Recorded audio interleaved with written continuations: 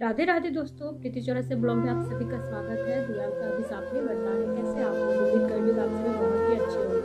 तो आज है मेरे बेटे का बर्थडे। मेरा बेटा का नाम है किशु, घर में किशु बोलते हैं, लेकिन उसका ऐसे नाम अक्षत रखा गया है, किशु यानी कि कृष्णा। और ये इसकी बहन ही नाम रखी है, सगुन ने रखा है इसका नाम कृष्णा, और मैंने रखा है अक्षत। मैं इसे अक्षत बुलाती हूँ। तो सबसे पहले आप सब मेरे बेटे को बहुत सारा प्यार दीजिए, बहुत सारा, क्योंकि मेरे बच्चों को सब ने ठुकरा दिया है सिर्फ मेरे पैर की वजह से। किसी ने उसे अपनाया नहीं, ना तो मेरे रिश्तेदारों ने, ना तो मेरे ससुराल वालों ने, ना मेरे मोहल्ले वालों ने, ना तो कोई भी नहीं है। एक तो जो सपोर्ट करते हैं, बाकी सब लोग ने ठुकरा रखा है। तो मैं आप लोग से बस यही कहूँगी कि आप लोग इतना प्यार दीजिए कि जो लोग आज मेरे बच्चे को नहीं अपना पाए हैं, उनको अपने करने पे बहुत ज़्यादा शर्मिंदगी महसूस हो।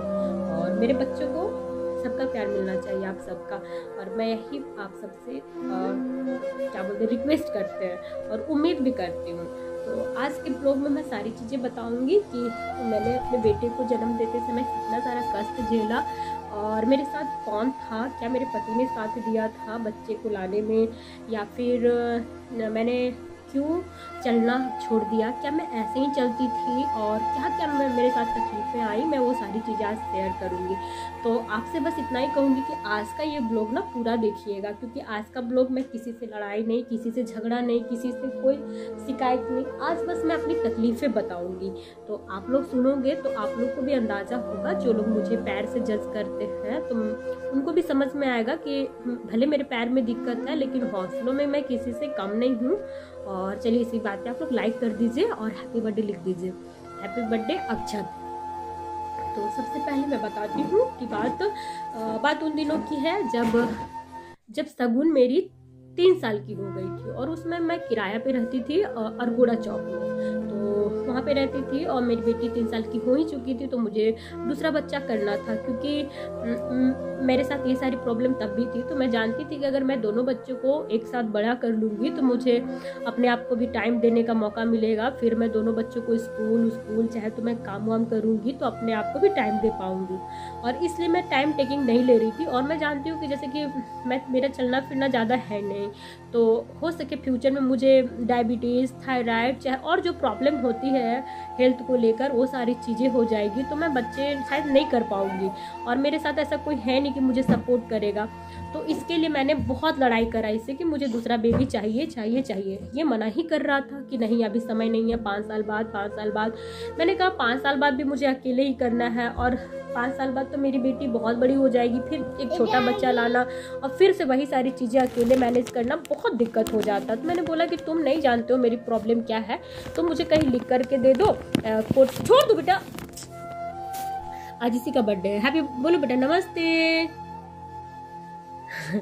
तो इसके लिए मैंने उससे बोला कि मेरे साथ तो ये वाला, तो मैंने फ़ोन हाथ में ले लिया कि बाबू बार बार धक्का दे रहा है तो वो गिर जा रहा है, तो डिस्टर्ब हो जा रही हूँ, तो कहाँ बोलना है क्या वो भूल जा रही हूँ। तो हुआ यूँ कि मैंने इससे लड़ाई शुरू करा, तो ये पूरा मना करा। फिर मैंने बहुत कन्विंस किया, तब भी जा कर के नहीं माना। फिर मैं जो प्रिकॉशंस होते हैं जो मैरिड लोग यूज़ करते हैं, वो सारी चीज़ें हमारे पास अवेलेबल रहता था, तो मैं उसे फेंक दिया करती थी।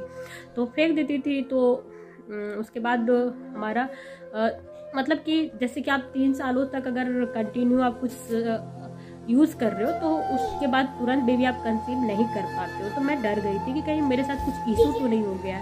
तो एक दिन हम लोग घूमने निकले थे संडे को, और ये लड़का कहीं पे गाड़ी रोका था, तो वहाँ पे डॉक्टर का कुछ था लिखा हुआ। तो मैंने इससे कहा वो फिजिकल मतलब मुझे कुछ इशू है, स्किन प्रॉब्लम, तो उसके लिए मैंने डॉक्टर से बात करने कहा। तो इसने कह दिया कि तुम्हें क्या लगता है कि मैं तुमको डॉक्टर पास लेके जाऊंगा और डॉक्टर से कहूँगा कि मेरी बीवी को बच्चा नहीं हो रहा है तो आप कुछ करिए।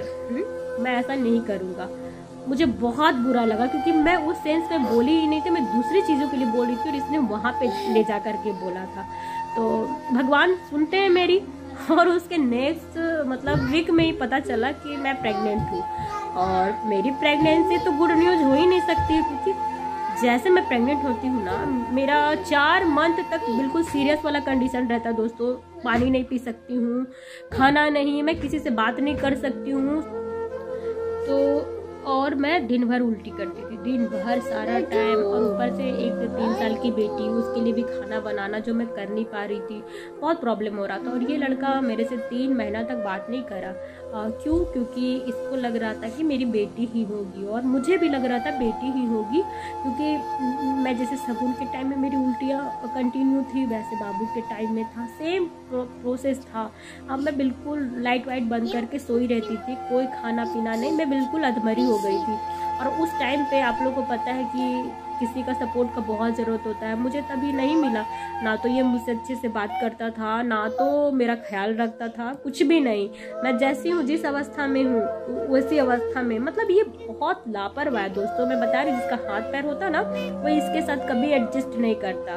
भगवान ने इसके लाइफ में मुझे भेजा है ना, तो मेरे लिए नहीं भेजा है, इसके लिए भेजा है। इसका मेरे वजह से गुजारा चल रहा है और चल जाएगा। लेकिन दूसरी कोई होती तो छोड़ चुकी होती।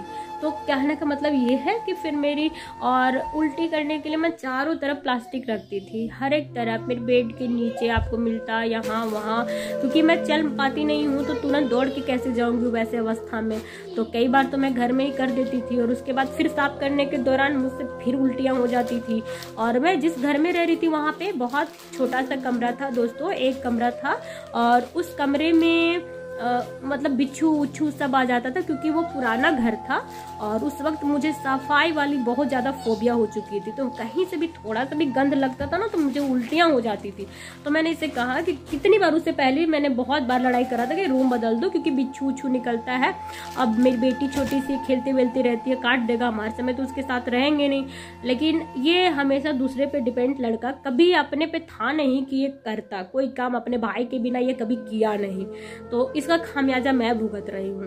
तो उसके बाद 3 महीना ये बात नहीं करा। फिर बात जब करने लगा तो ये कहने लगा चलो एक बार चेक करा लो, चेक करा लो। इसको फैमिली भी थोड़ा सा बोलने लग गई होगी बच्चा के लिए, चेक कराने के लिए, क्योंकि पहले से मेरे पास बेटी थी और इसके घर में बेटियों को लोग भाव देता नहीं है, मुझे पता है। तो ये बोलने लगा चेक करा लो। हम बोले चेक तो हम करा लेंगे तुम्हारे कहने से, लेकिन जो अबॉर्शन वाला प्रोसेस है ना वो हम नहीं कराएंगे।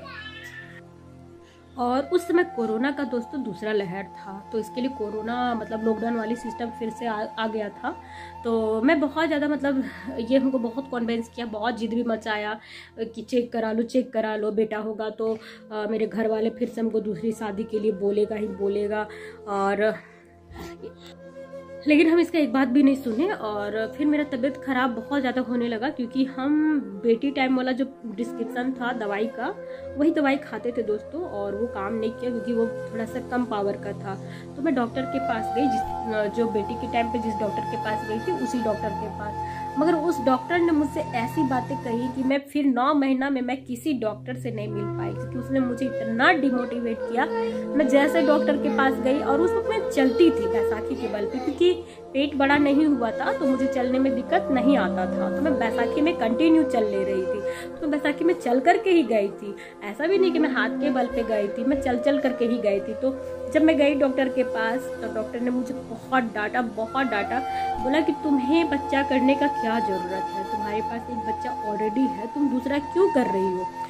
बेटा के लालच में तुम्हारे पति ने तुमको जोर जबरदस्ती किया है, जबकि बच्चा तो मुझे करना ही था दोस्तों। एक बच्चा, अगर एक बच्चा कर ली हूँ चलिए वही ठीक है आपके हिसाब से, लेकिन जब मेरी बेटी अकेली पड़ जाती कभी भविष्य में, फ्यूचर में, तो वो डॉक्टर आकर के मुझे देती नहीं ना देती। जीवन में किसको बिना कष्ट के कुछ भी मिला है? मैं कर रही हूँ, तकलीफ कर रही हूँ, तो आपका काम है मुझे मोटिवेट करना। आपको फीस मिलता है बकायदा, फिर आप क्यों आलतू फालतू बात बोल रही हैं? मगर मैं उस वक्त बोलना मुनासिब नहीं समझा। मैं बहुत रोई घर आकर के, और मैंने ठान लिया कि आज के बाद मैं 9 महीना मतलब कि 9 महीना मैं डॉक्टर के पास नहीं जाऊँगी, मैं बिल्कुल नहीं जाऊँगी, मैं घर पे ही रह जाऊँगी। फिर इसी दौरान कोरोना के टाइम में ही उस मकान मालिक से हमारी लड़ाई हो गई है। लड़ाई हुई थी, इसका भाई आया था, एक चचेरा भाई जो साथ में जॉइंट फैमिली है वही आया था, और उसके वजह से मिसअंडरस्टैंडिंग हो गया था, तो लोग मुझसे लड़ाई कर लिए थे। लड़ाई बढ़ा तो फायदा मेरा ही हुआ। लड़ाई भले कुछ भी होता, फायदा मेरा ही होता है, क्योंकि इतने दिनों से मैं उसे घर चेंज करने बोल रही थी, वो चेंज कर ही नहीं रहा था। तो उसने अल्टीमेट दे दिया घर खाली करने के लिए। तो मैं चली गई परेशान होके मायके, और मायके चली गई। बोला कि तुम जाओ, हम तब तक रूम खाली करके रखेंगे, ढूंढ करके रखेंगे। बोला ठीक है। हम घर गए, आए तो पता चला कि ये रूम ले चुका है। हम डायरेक्ट रूम में शिफ्ट हुए, और उस वक्त हमको पता नहीं था कि वो मतलब कि कौन है, क्योंकि ऐसे ही हम लोग रेंट लेके मतलब गए थे। बाद में पता चला कि वो भी उनके गांव की थी।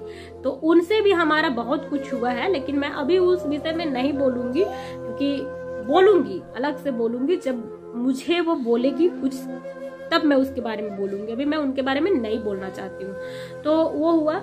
तो स्टार्टिंग में तो उसने मेरा बहुत ख्याल रखा, इसलिए ख्याल रखा क्योंकि मैं विकलांग थी, और विकलांग को तो लोग भीख देना पसंद करते हैं ना। वो वही भीख देती थी, क्या कहती थी, बचा हुआ खाना देती थी, कि बचा हुआ खाना हम खा के उसका पुण्य मिले। और हमको मालूम था कि लोग वही चीज हमको दे रहे हैं जो उसके काम का नहीं है, लेकिन फिर भी हम बोलने नहीं जाते थे। कहते थे कि चलो ठीक है, कोई कुछ तो दे रहा है, कर रहा है, इससे बड़ी बात और क्या हो सकती है। और उस घर में मेरे को सारा चीजें सुविधा था, लेकिन मेरे साथ ये प्रॉब्लम था कि पेट अब मेरा बड़ा होने लगा था। अब मैं बैसाखी में चल नहीं पाती थी, क्योंकि मैं गिर जाती, और वहाँ पे टाइल्स था कि तो मैं बैसाखी में चल नहीं सकती थी, क्योंकि वहाँ पे टाइल्स था। और प्रॉब्लम ये भी था कि मैं अगर एक बार नीचे बैठ जाती दोस्तों, तो मैं ऊपर नहीं आ पाती, और ऊपर से फिर मैं नीचे नहीं आ पाती। और मायके में कितना दिन रहूंगी, ज़्यादा दिन, क्योंकि वो बच्चा जब होगा तब मुझे नहीं पता कितने दिन वहाँ पे रहना पड़ जाए। इसके लिए मैं वहीं अकेले रहना चाहती थी। तो मैं अकेले रह रही थी, बच्चों का ख्याल रख रही थी। और फिर मुझे पता चला कि अब मैं या तो ऊपर रहूंगी या फिर नीचे, मतलब ऊपर नीचे मैं उठ बैठ नहीं सकती हूँ। मैंने कहा कि चलो ठीक है, मैं नीचे ही सो जाऊंगी, नीचे ही सारा काम करूंगी। तो खाना वाना तो मैं नीचे ही बनाती हूँ, आप लोग देखते, तो उसमें भी मैं नीचे ही बना रही थी। अब मैं नीचे जब खाना बनाने लगी तो मैं नीचे सोने लगी, सारा काम नीचे में, मैं खड़ी ही नहीं हो रही थी। तो 2 महीने बाद मुझे डॉक्टर पास जाना था, मतलब क्योंकि चेकअप के लिए। तो 5वें-6ठे महीने में अब मैं जब जैसे सडन खड़ी हुई ना दोस्तों, मेरा घुटना जो कभी सीधा ही नहीं हुआ था 2 महीना से, मुझे लगा ना कि अब ये टूट जाएगा। और मैं बहुत रोई, बहुत मतलब डिप्रेशन में आ गया। मैंने सोचा भी नहीं था कि मैं दूसरा प्रेग्नेंट होंगी तो मैं चलना फिरना मेरा सब छूट जाएगा। और बॉडी भी काफ़ी हैवी हो रहा था, बहुत ज़्यादा फैल भी रहा था। मैं बहुत परेशान हो गई, मैं बहुत रोती थी। फिर सोचा चलो ठीक है, कुछ दिन अगर मैं नहीं भी चलूँ तो कोई बात नहीं, बच्चे आने के बाद मैं चल लूँगी। फिर बैठे बैठे ही पीढ़ा रहता था दोस्तों। आप लोग मेरे स्टार्टिंग का ब्लॉग देखेंगे तो देख पाएंगे आप लोग कि मैं उस वक्त तक भी नहीं चल पाती थी, मतलब खड़ा नहीं हो पाती थी जल्दी, क्योंकि एनेस्थेसिया का जो इंजेक्शन लगा था कमर में, तो मैं चलना क्या उठना भी नहीं सक रही थी, कमर में उठा नहीं पा रही थी खुद से। तो मैं तो पीढ़ा होता है उसमें बैठ के, और टाइल्स था तो जो फिसलता था, मैं उसी तरह बैठे बैठे घर का सारा काम करती थी। और बाथरूम भी ऐसा था वहाँ का, नीचे था, मतलब मैं पीढ़ा से जाती थी, फिर पेन में थोड़ा सा ऊंचा था, मैं बैठ के पोती वगैरह करके और नहा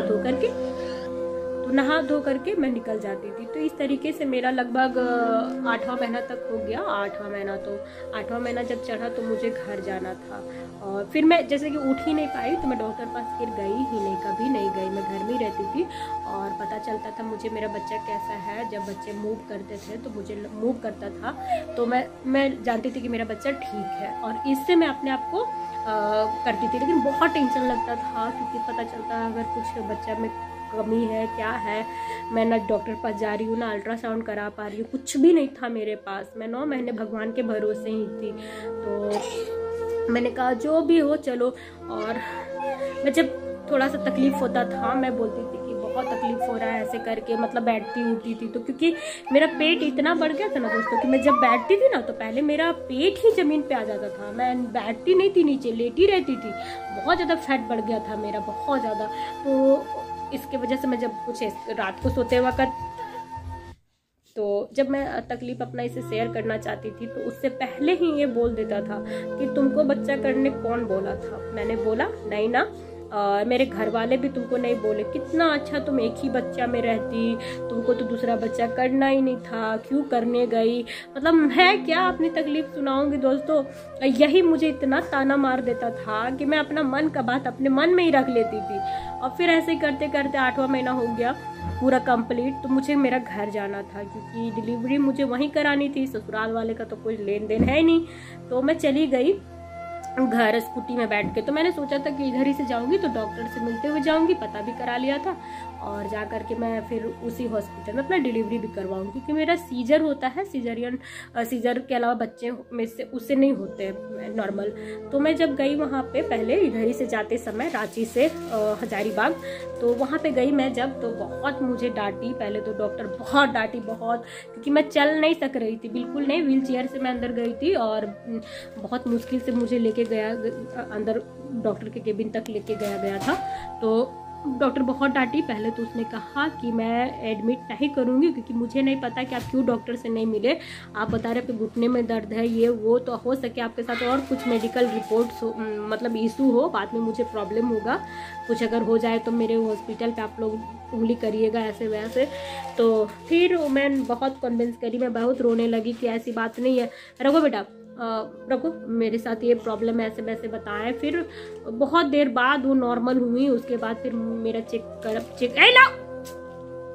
तो बाबू मेरा बिल्कुल ठीक था। पहली बार अल्ट्रासाउंड हुआ मेरा, 9 महीने में अल्ट्रासाउंड हुआ। डॉक्टर ने रिपोर्ट देखा और बिल्कुल, तो तब जाके मेरे जान में जान आया। फिर एक डेट रखा गया, मतलब कि 22 फरवरी, इससे बाद का मेरा डेट था। लेकिन डॉक्टर ने कहा था कि देखिए जब सीजर से होता है तो हम लोग दूसरा दिन का हम लोग नहीं करते हैं। फिर मैं जब घर गई वहाँ से डॉक्टर से इलाज करा करके, और 22 तारीख को डेट मिला, तो मैं घर गई। और घर में 1 महीना मुझे रहना था क्योंकि 1 महीना बाकी था। अब घर में क्या है कि यहाँ पे सब चीज़ मेरे हिसाब से था तो मैं मैनेज कर लेती थी। वहाँ पे सारी चीज़ें अलग अलग था और मेरे घर में टाइल्स वैसा ही नहीं, तो चुप रहो। तो पीढ़ा वहाँ पे फिसलने वाला सिस्टम उतना नहीं था और मेरे घर में कोई ऐसा जगह नहीं था जहाँ मैं नीचे बिछा करके सो सकूँ। तो मैं बेड में सोई 1-2 दिन। तो मैंने सोचा चलो मैं ऊपर ही रह जाती हूँ। अब ऊपर में भी तो मैं बेड में अगर रहूँगी, मेरे लिए बाहर बेड लगा दिया गया दोस्तों, मैं बाहर बेड में रहती थी, वहीं से बाथरूम सामने था। लेकिन मेरा बहुत दिक्कत होने लगा, वहाँ का बाथरूम बहुत अजीब था, मेरा गिरने का पूरा चांस था। मैं क्या करूं। और यकीन नहीं करेंगे, मैं 5 दिनों तक मैं बेड में रही, बेड में। और मुझे जितना 8 महीने में फील नहीं हुआ था, मुझे वो आखिरी 9वें महीने में फील हो गया। मैं बहुत बेकार हूँ और मैं बहुत, मतलब कि मैं बोझ हो गई हूँ, मुझे दूसरे लोग कर रहे हैं। मालूम है क्यों? क्योंकि मैं बाथरूम तक नहीं जा पा रही थी। मैं पोती डब्बे में करती थी दोस्तों, और मेरी माँ को फेंकना पड़ रहा था और मुझे बहुत बुरा लग रहा था क्योंकि मैं, अब बताइए कैसे आप पोती करेंगे डब्बे में, कैसे आप अपनी माँ से फेंकवा सकते हैं। मुझे इतना खराब लगा मुझे, और बहुत ज़्यादा, मतलब मैं और ज़्यादा परेशान रहने लगी। फिर मैंने फाइनली डिसाइड किया कि मैं बेड पे नहीं सोऊंगी, मैं फिर से नीचे ही सोऊंगी। मुझे एक दिन तुम लोग जिस दिन हॉस्पिटल जाना होगा मुझे टांग करके गाड़ी में बैठा देना और मैं तब चली जाऊंगी। लेकिन अभी मैं ऐसे पोटी नहीं फेंकवा सकती हूँ किसी से। फिर लेकिन मेरी माँ को कोई दिक्कत नहीं हो रहा था, लेकिन मुझे बहुत दिक्कत हो रहा था, बहुत अपने आप में बहुत गंदा महसूस हो रहा था कि मैंने क्या कर लिया, मुझे क्यों दूसरा बेबी चाहिए था। मैं जान ही नहीं पाई थी कि मेरे साथ इतना दिक्कत हो जाएगा। फिर मैं नीचे बेड लगाई और फिर जिस दिन हॉस्पिटल जाना था तो ये लड़का गया घर 8-9 दिन का छुट्टी लेकर के, और मैं हॉस्पिटल गई और मैं बहुत नर्वस थी। पूरा दिन भर इंतज़ार करने के बाद मेरा 2:30 बजे ऑपरेशन हुआ। 2:30-3 बजे ठंड का टाइम था, बहुत दिक्कत हुआ और फाइनली बाबू हुआ। और 9 दिन मैं हॉस्पिटल में ही रही क्योंकि मेरा टाका पड़ा हुआ था दोस्तों, और टाका ठीक नहीं हो पाता तब तक मुझे हॉस्पिटल में ही रहना था। मैं बहुत दिक्कत में थी। वहाँ भी मुझे हॉस्पिटल में 9 दिनों तक पोटी करना पड़ा, पेन में मम्मी फेंकती थी। और जब 8, और ये लड़का साथ होकर के भी साथ नहीं था, मैंने साथ में बंद भी करवा लिया था ऑपरेशन से बेबी को, क्योंकि मुझे दूसरा बेबी अब तो चाहिए नहीं था, तो मैंने बंद कराया था। तो 3 पेन मेरे पास था, एक जो सीजर हुआ था उसका, 2 बंद हुआ था उसका दोनों साइड में। तो उसके बाद क्या हुआ कि मैं चली गई जब इसकी माँ तो आई नहीं है ना, तो मैं लड़ने लगी इससे कि बताओ हॉस्पिटल में तेरी माँ, तेरा बेटा हुआ है, तेरी बीवी हॉस्पिटल में है और तेरी माँ देखने तक नहीं आई, ना तुम्हारा परवाह करी। बहुत लड़ाई हुआ, तब जाकर कि ये पता नहीं क्या क्या बोला। फिर मेरा हॉस्पिटल से 2 दिन छूटने से पहले 2 दिन पहले आई तो इतना नौटंकी मैं बता रही हूँ। मेरी माँ जो 9 दिन से मेरा लैट्रिन फेंक रही थी और उससे पहले भी मेरे लिए बहुत कुछ कर चुकी थी, वो माँ मेरे को बोली कि देख वो आएगी ना तो तुम कुछ भी मत बोलना, अगर वो तुमको कुछ खराब भी बोलेगी तो नहीं बोलना, क्योंकि वो है तो इसकी माँ ही ना, तो इसी से तुमको बेटा हुआ है तो तुम कुछ नहीं बोलना, इज्जत करना चाहिए। तो हम भी मेरी माँ को बोले कि हमको क्या जरूरत है कि हम कुछ भी बोल लेंगे, हम नहीं बोलने वाले। हम जैसे वो घुसी, मेरी माँ उनको नमस्ते करी, क्योंकि मेरी माँ को आप लोग देखे हैं सेम मेरे जैसी ही है, तो पहले इज्जत ही करती है। मेरी माँ ने इज्जत करा। उस औरत ने बदले में इतना खराब बोला मेरी माँ को, इतना खराब बोला, मतलब जाहिलों से भी महाजाहिल वाला काम करी। उसको लगा कि उसका बेटा खुद से हो गया है। तुम तो आई बन ठन के आई, 1 घंटे के लिए अपने पोते से मिली तो मेरा पोता तृप्त हो गया। उसके पीछे जो मेहनत लगा, जो मेहनत किया गया, तुम उसको 2 मिनट में नीचा दिखा दी। हाँ, मेरी माँ बाथरूम घुस गई और बाथरूम में बहुत रोई, मेरी माँ बहुत रोई। मैं मजबूर उस वक्त उस औरत को कुछ भी नहीं सुना पाई, लेकिन आज मैं उस औरत से बोलना चाहूंगी कि शर्म आता है मुझे ये कहते हुए कि तुम मेरी सास हो। शर्म आता है, क्योंकि तुम कभी तो मेरे लिए कुछ की नहीं, बदले में जिसने मुझे जन्म दिया, मेरे बड़े होने तक मेरा लैट्रिन फेंका, तुम्हारे बेटा का बाल बच्चों तक का की, उसको तुम 1 सेकंड भी नहीं लगाई बुरा भला कहने में। तो तुमको हम किस हिसाब से तुम्हारा इज्जत करें, हमको ये बता दो। वो हो गया, फिर वो कांड करके चली गई घर। फिर हम लोग, और ये लड़का हॉस्पिटल में क्या करता था ना, मतलब मेरे से बातचीत नहीं करता था। हजारीबाग में इसका ये पड़ा था, वहीं पे था। इसका पुराने दोस्त यार थे, आज इसके पास जाता, कल उसके पास जाता, रोज का मतलब इसको टूर कहते हैं ना, टूर हो गया था। बस वही टूरिंग करने के लिए गया था। 1 सेकंड भी मेरे पास बैठना नहीं था। मैं हॉस्पिटल में 9 दिनों तक नहीं सोई थी दोस्तों। मुझे बहुत, मतलब इतना मुझे तकलीफ और इतना कष्ट था, मुझे लगता था मैं कभी नहीं ठीक हो पाऊंगी, कभी नहीं, और पता नहीं क्या होगा मेरे साथ में, क्या सच में बोझ हो जाऊंगी। बहुत कष्ट से मैंने इस बच्चे को जन्म दिया है, बहुत ज़्यादा। और मैं सच बता रही हूँ कि मैं जो भी कर रही हूँ आज अपने बच्चों के लिए कर रही हूँ। और तुम लोग मुझे जो भी बोलो, जितना बोलना है बोलो, लेकिन बस सपोर्ट करो और इन बच्चों के खातिर। और मैं क्या बताऊँ, बहुत लंबी कहानी है, बहुत ज़्यादा, और 22 मिनट हो गया, और 22 मिनट भी कम है, क्योंकि इतने सालों तक मैंने लॉकडाउन वाली स्थिति में बच्चों को जन्म दिया है। आप लोग बोलते हैं बच्चे पालना आसान नहीं है, आप लोग के लिए आसान नहीं है, तो मेरे लिए सोच सकते हैं कि कितना मुश्किल रहा होगा। तो आप लोग मेरे पैर से हमको जज मत करिए। हम अपने बलबूते पे वो सब किए हैं जो आप किसी और के बलबूते पे करते हैं। तो आज के लिए इतना ही, और अगर आपको कुछ कहीं पूछना है, कुछ बोलना है, तो आप लोग बोल सकते हैं। और आज के लिए इतना ही। और मेरे बेटे को मैं ढेर सारा हैप्पी बर्थडे बोलूँगी और बहुत सारी दुआएं दूँगी। आप सब भी दीजिए।